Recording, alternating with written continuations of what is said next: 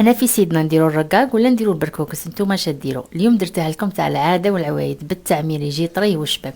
نجيبوا لا كوكوط نديرو فيها الدجاج كيما تحبوا. عندي كميه تاع الزيت وانا غادي نستعمل ديما، تجي بزاف بنينه في الوصفه التقليديه، يعني فريمون تعطي واحد الذوق شباب. نقلي شويه هذاك الدجاج، عندي شويه تاع طوماط كونسونطري وفلفله حمراء باش تطلق لي ليدام، حبه تاع البصل كيما هاك نقطعها، وعندي هنايا حبه رابيتها، كميه تاع الزروديات، حبه تاع طوماط يكونوا كبار، توابل هنا سكنجبير كركم فلفله حمراء كبابه اساسيه، ودرت شويه تاع الكرافس، عندي عود قرفه الحمص والملح بيان سور. نخليهم يتقلاو ونمرق بالما يكون حامي، نغلق لاكوكوت ونخليها بجهه.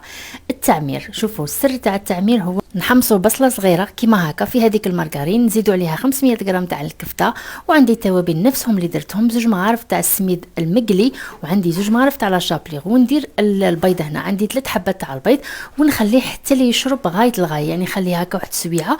الدجاجه بعد ما طابت نقلعها نخليها تحمر، نزيد اللفت والبطاطا. وهنايا هذاك التعمير تاعي نديره دي بوده وانا نطيبه في المرقه، يعني ما نفورش. بعد ما يطيب لي كيما هاك نقلعه نخليه يبرد شويه، نقطعه. الرقاق بيان سور لازم يكون شباب تاع السميد رقيق، ونحط الدجاجه بعد ما حمرتها، الخضره شويه تاع الحمص، ونديكوري. شوفوا لي المرقه كيفاش تجي ثقيله وتجي ملبيه تجي بنينه. هذاك التعمير ما نحكي لكم جد طري وشباب، جربوه صحه مولودكم. ما تنسوش تبعتوا لي